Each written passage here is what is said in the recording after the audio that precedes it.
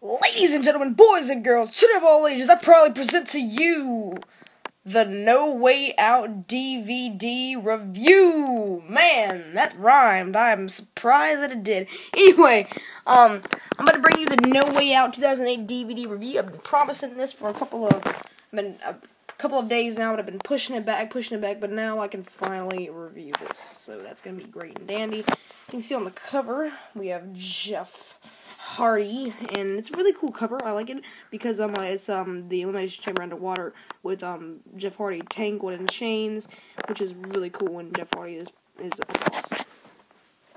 So on the spine, which is pretty awesome as well, No Way Out 2008. On the back, you can see we have John Cena versus Randy Orton, Edge versus Mysterio, Triple H versus Jeff Hardy versus Shawn Michaels versus Chris Jericho versus JBL versus Umaga, Ric Flair versus Mr.Kennedy, zoom out real quick, Batista versus Khali versus Big Daddy V versus MVP versus Finlay versus Undertaker, and Chavo Guerrero versus CM Punk. Now, the stakes never been higher on the road to WrestleMania as the superstars of WWE put their titles on the line, and careers are on the line for a shot at history. WWE Champion Randy Orton must fend off a hungry John Cena who is hell-bent on reclaiming the title, and Rey Mysterio looks to dethrone Edge for the World Heavyweight Championship. Plus, for the first time ever, 2 Elimination Chamber matches take place in one night, each offering a chance to face a World Heavyweight Champion at WrestleMania 24.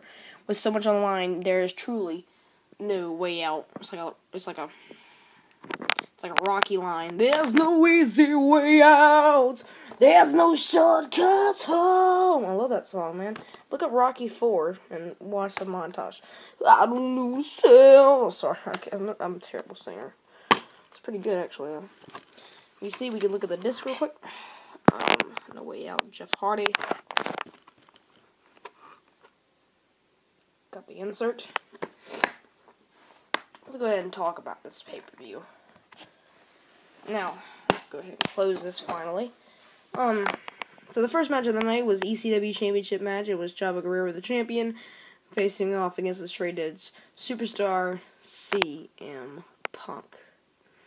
Now, this was a great way to start off No Way Out, and I really enjoyed this pay-per-view because one of the factors is that they set the pace for what a pay-per-view would be to hype up WrestleMania, and boy did it do that. It was very timed well with the CM Punk Chavo Guerrero feud, and how CM Punk got robbed because of La Familia and interference from Edge, Kurt Hawkins, Zack Ryder, etc., etc. And it was a pretty good match, and I enjoyed it. It was probably like a 3.25 out of 5, and because the way it ended was kind of a little sloppy because CM Punk kind of botched on one move, but, of course, before I get raged at by internet fam, like, CM Punk does no wrong, and everybody knows that nobody will tell me and deny it. Well, he botched, and he fell to the ground very awkwardly, and then Chavo Guerrero hit him with the frog splash in the match and get the 1, 2, 3, and he's still your ECW champion. Now, as you can see, TV14, and also the second match of the night was the Smackdown Elimination Chamber, or the Smackdown / ECW Elimination Chamber match, and the winner gets a first-class ticket to WrestleMania 24 to face the World Heavyweight Champion.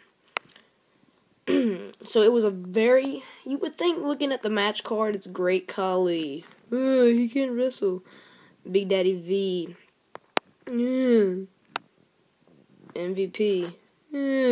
Finlay, and then when you see Batista and Undertaker, like, yay, but, not the case. A lot of people give hate on this Elimination Chamber match, but I truly enjoyed it. I mean, to start off, it was Undertaker versus Batista, and it relived the past rivalries and great matches that they had in 2007, whether it was Backlash 2007.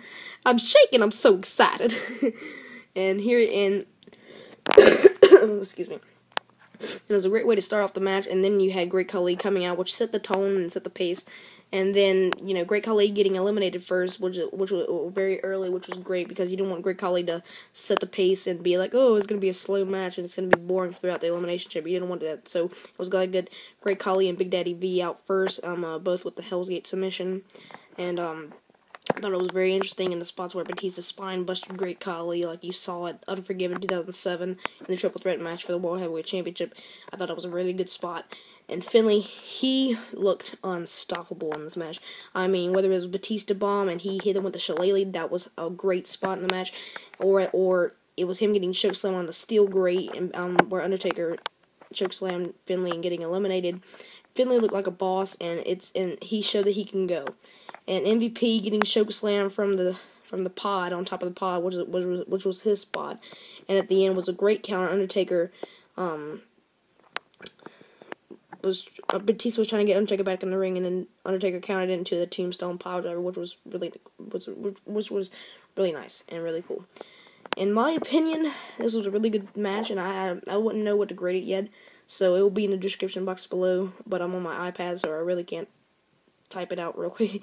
So anyway, the third match of the night was it was Mr. Kennedy and Ric Flair in a career-threatening match. And I'm a huge Ric Flair mark, and I gotta say, this was his last go-out pay-per-view.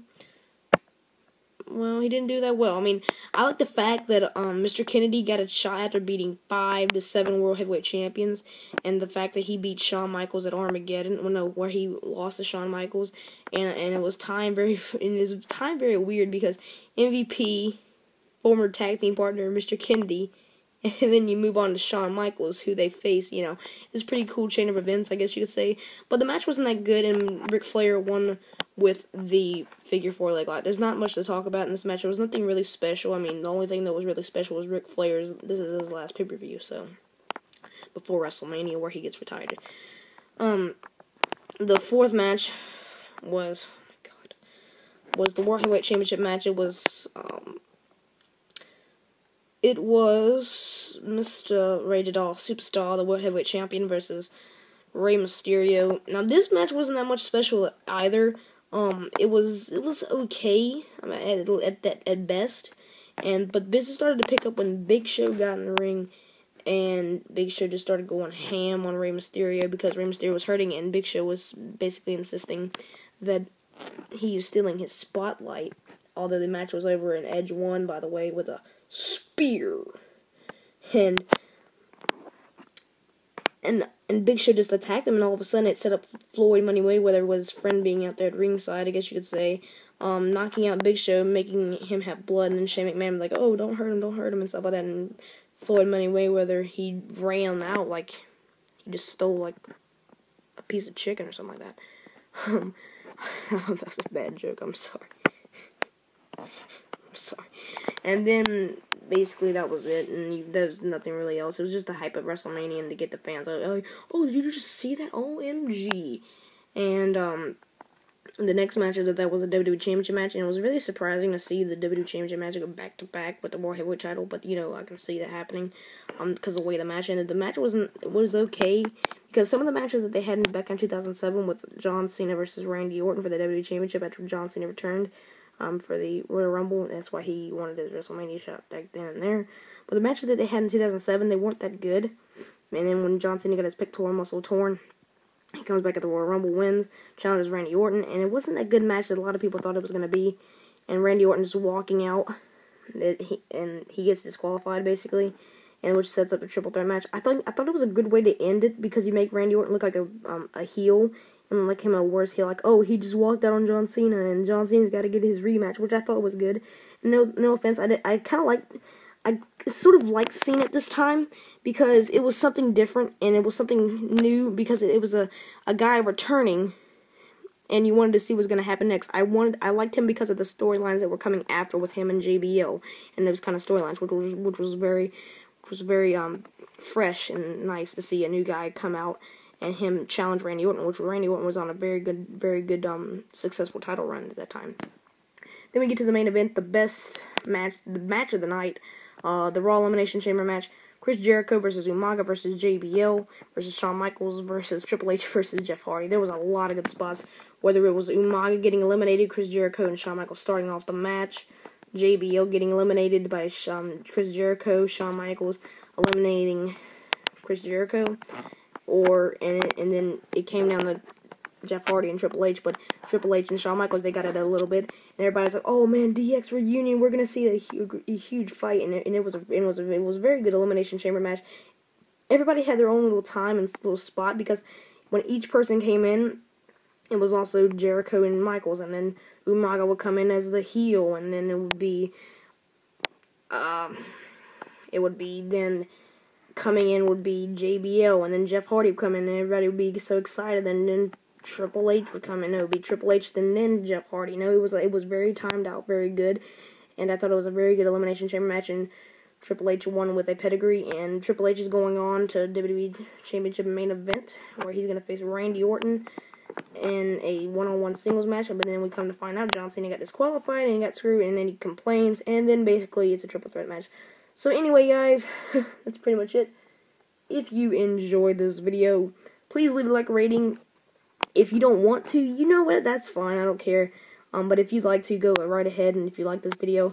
And also, send me some questions that I can answer in my Q&A video that's going to be coming up soon. Can you give me like 3 questions about WWE or random stuff? And so if you'd like to ask some questions, go ahead in the description box below. And if you haven't already, hit the subscribe button. I'm not going to tell you what to do. So that's pretty much it. Bye.